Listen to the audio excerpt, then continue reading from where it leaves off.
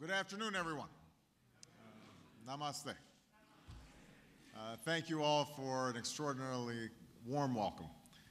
And before I get started, I just want to acknowledge some outstanding public servants, some wonderful dignitaries who are in the room. Anand Sharma, our Commerce and Industry Minister here in India. Khurshid Salman, the Minister of Corporate Affairs and Minority Affairs, who's here. Dr. Montek Singh Ahluwalia, State Planning Commission Deputy Chairman. Gary Locke, who is the Secretary of Commerce for the United States. Terry McGraw, the Chairman of the U.S.-India Business Council.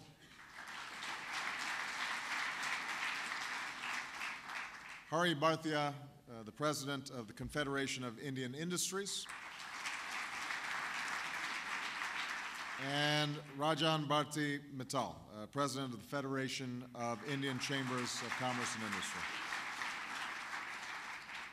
On behalf of my wife, Michelle, and myself, thank you to the people of Mumbai and the people of India for the incredible hospitality you have already shown just in the few hours since I've arrived in this magnificent country. We are especially honored to be here as you celebrate Diwali. Now, last year some of you may know this, last year I was honored to become the first American president to help celebrate the Festival of Lights in the White House.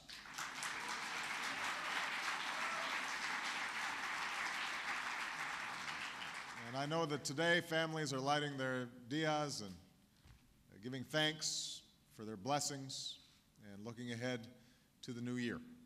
So to all of you who are observing this sacred holiday here and around the world, happy Diwali and Saal Mubarak.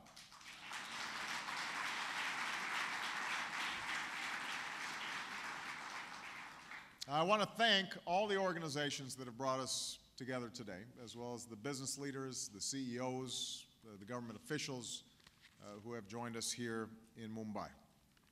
I had just had some incredibly productive discussions with American business leaders and Indian entrepreneurs. And today I want to speak with you about why we all benefit from the strengthening ties between our nations. This is my first trip to India, but this will be my longest visit to another country since becoming president.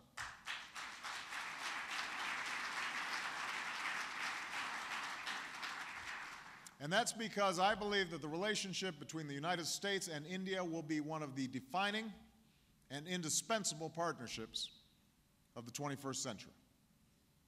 Our nations are the two largest democracies on earth.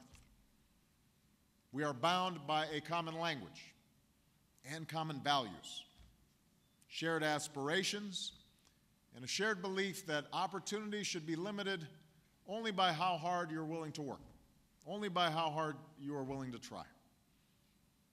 Trade and commerce between our people has been happening for centuries, even before we were independent nations. Indian immigrants crossed oceans to work on farms in the United States, and later generations came to practice medicine and do cutting-edge research and to start businesses. American researchers, in turn, partnered with Indian scientists to launch the Green Revolution that transformed life for generations of Indians. Americans have helped build India, and India has helped to build America. Today, your country is one of the fastest growing economies in the world. And while there are many amazing success stories in rapidly expanding markets in Asia, the sheer size and pace of India's progress in just 2 decades is one of the most stunning achievements in human history. This is a fact. Since your reform of the licensing Raj and embrace of the global economy, India has lifted tens of millions of people from poverty and created one of the largest middle classes on the planet. You are now a nation of rapid growth and rising incomes and massive investment in infrastructure and energy and education. In the coming decades, you will be the world's most populous nation with the largest workforce and one of the largest economies in the world. Now, undoubtedly, that means that the United States and India will engage in a healthy competition for markets and jobs and industries of the future. But it also offers the prospect of expanded commercial ties that strongly benefit both countries. The United States sees Asia, and especially India, as a market of the future.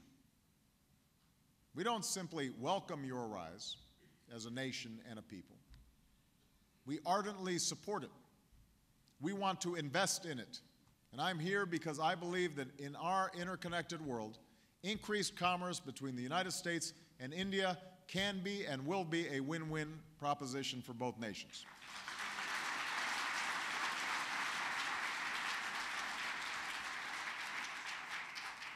I realize that for some, this truth may not be readily apparent. I want to be honest. There are many Americans whose only experience with trade and globalization has been a shuttered factory or a job that was shipped overseas. And there still exists a caricature of India as a land of call centers and back offices that cost American jobs. That's a real perception.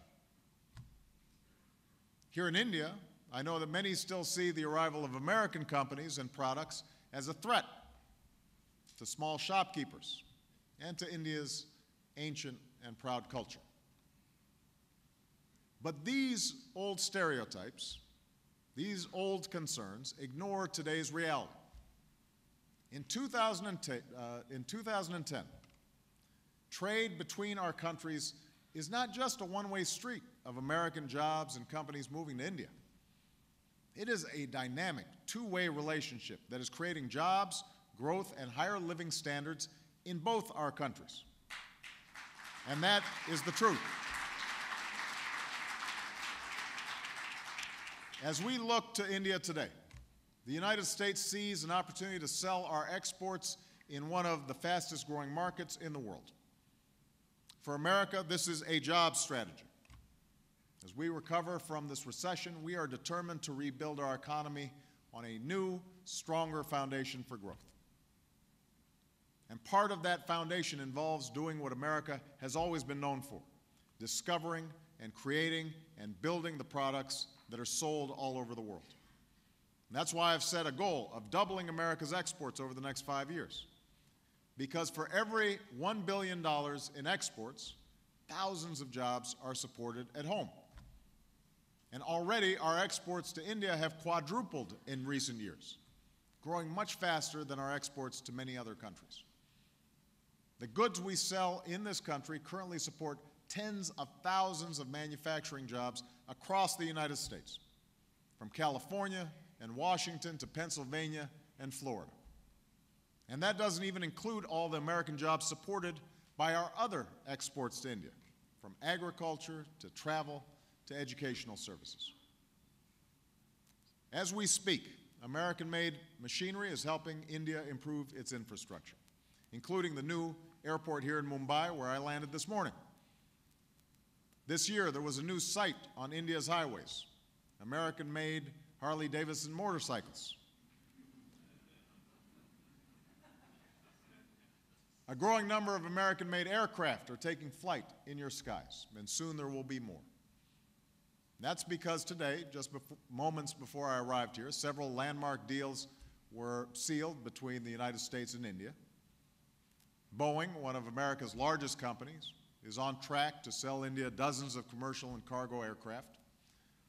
General Electric, another American company, will sell more than 100 advanced jet engines. And I'm pleased that 2 U.S. firms are finalists for a major locomotive tender. Now, these are just a few of the more than 20 deals being announced today, totaling nearly $10 billion in U.S. exports.